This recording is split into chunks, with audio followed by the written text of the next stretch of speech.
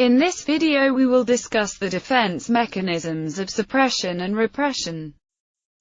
These two defense mechanisms are similar yet different. People use these defenses to cope up with a stimulus that can harm them. Let us begin with understanding suppression first. In suppression we force the unwanted information out of our awareness, by consciously choosing to not indulge in thoughts, feelings or actions, even though we are aware of it. This permits us to focus on our affairs, without being distracted by every impulse that arises, and without having to act on those impulses. Why do we suppress? We suppress because of the impulse's inappropriateness with regard to the situation, or because of time constraints in which we feel that I just can't deal with that right now.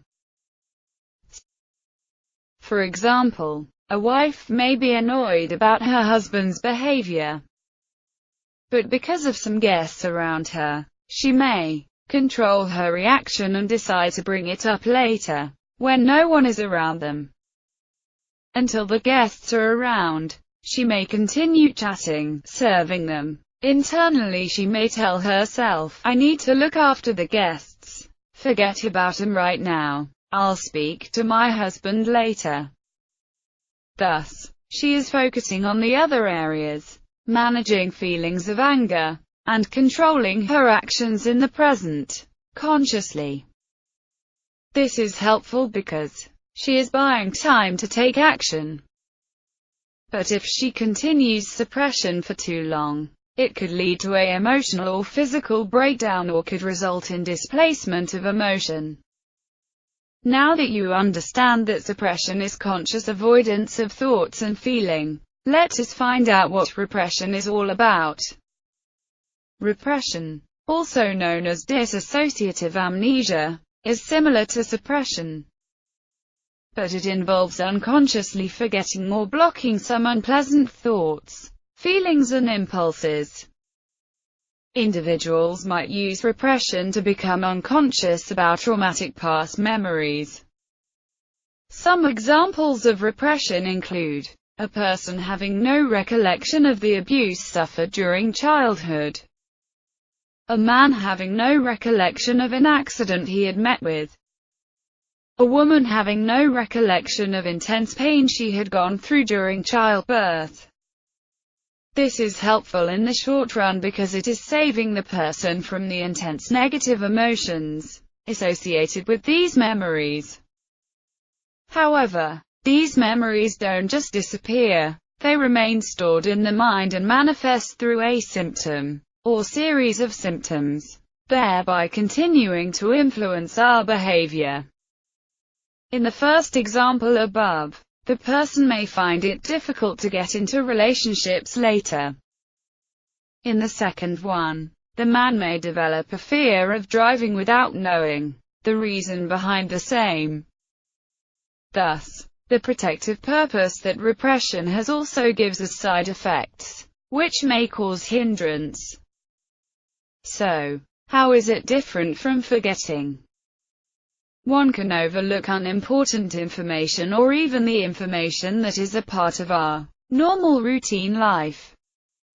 Normal forgotten material can be recalled due to a trigger. For example, I forgot to call the doctor for an appointment. Later, a phone ring may remind me about the same. As discussed earlier, repression is on the other hand unconsciously forgetting an idea, an incident, or an experience. Just a normal, routine trigger may not be enough to recover these repressed memories. How is repression different from suppression? Freud mentioned, suppression is generally considered to have more positive results than repression. First, it deals with unpleasant but not extremely contemptible actions or thoughts.